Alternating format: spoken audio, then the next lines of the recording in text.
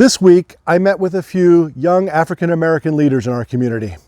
They wanted to share their experiences with you.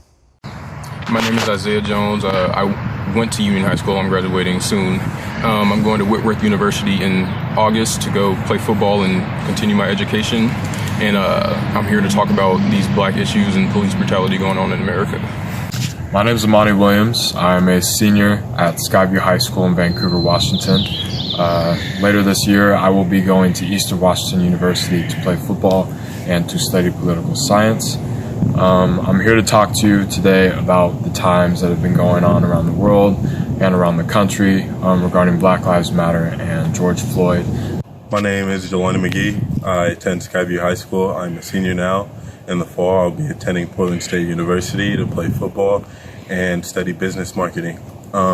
Today, I just wanted to shed light on some of you guys to show that minorities in America don't get the same privileges or don't have the same experiences as you guys. Tamir Rice, a little kid, was murdered by the cops for being a little kid in the park and playing around. The cops were called on him for walking around with a firearm when he was playing with a toy gun. It's different standards for black people in America right now. As black people have to be perfect, it seems like black people have to be perfect to fit in, to be a regular person. They have to be perfect to stay away from stereotypes. I think other black men can relate that we have to be perfect just to fit in, just to stay away from stereotypes that black people are lazy or black people can't do what other people can do or black people are thugs, as people would say. So walking down the street, some of them have to worry about what's going on behind them, or if there's a cop looking at them, a cop that holds hate against them, that may cause harm to them. Why the riots are going on. The riots are happening because after years and years and years, decades and decades of peacefully protesting, 30 years ago, Rodney King was beaten by the police and nothing happened to those police. Going into stores, making sure that the people know that you're not going to steal anything, that you have money to buy the thing that you came into the store to buy.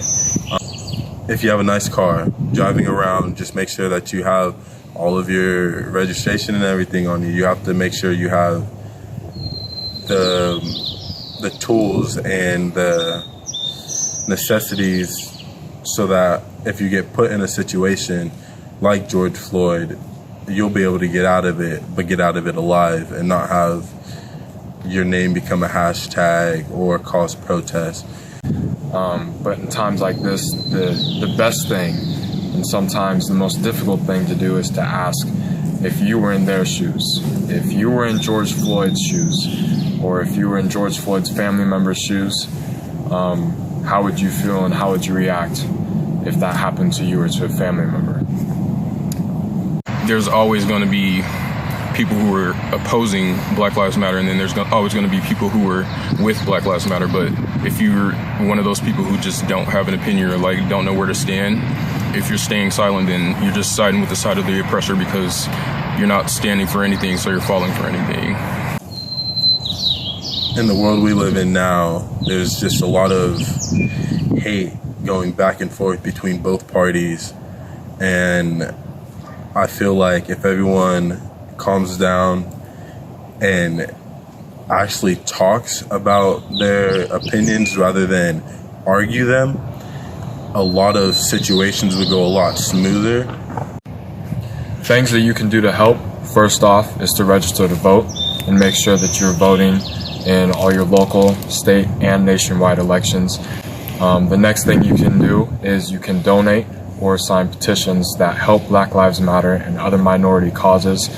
The next thing that you can do is just be mindful of what you are thinking and saying when you are interacting with people of color, LGBTQ, and other minorities.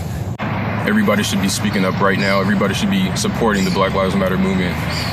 American lives are being taken, and I think that America can do a way better job at handling this situation in supporting Black lives. So there's been videos showing cops defending some of the protesters, kneeling with them, marching with them, and things like that show the minorities that not all cops are the problem It is also important to note that in the same way that not all cops are bad because one cop has committed a murder, that not all black people are bad because a few have committed crimes. Not all Middle Easterns are terrorists because a few have committed terrorist acts. Not all Latinos are criminals because a few have committed crimes. And not all white people are racist because a few are racist. Use the same logic that you apply to the police force to people that you meet every day in your life. Try to stay away from prejudice and stereotypes and instead look to people as human beings and not generalizations. I was a part of the state championship team with Union football 2 years ago when we won the state championship. We all worked together as a team, as a unit. We all worked together towards the same goal.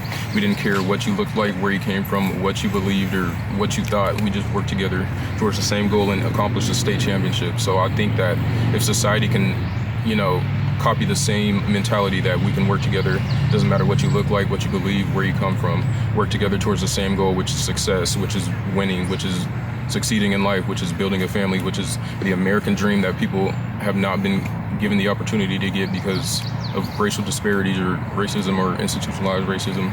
I think that we can all just come together and work as one rather than discriminating because of the color of someone's skin or what someone believes. So that's what I have to say.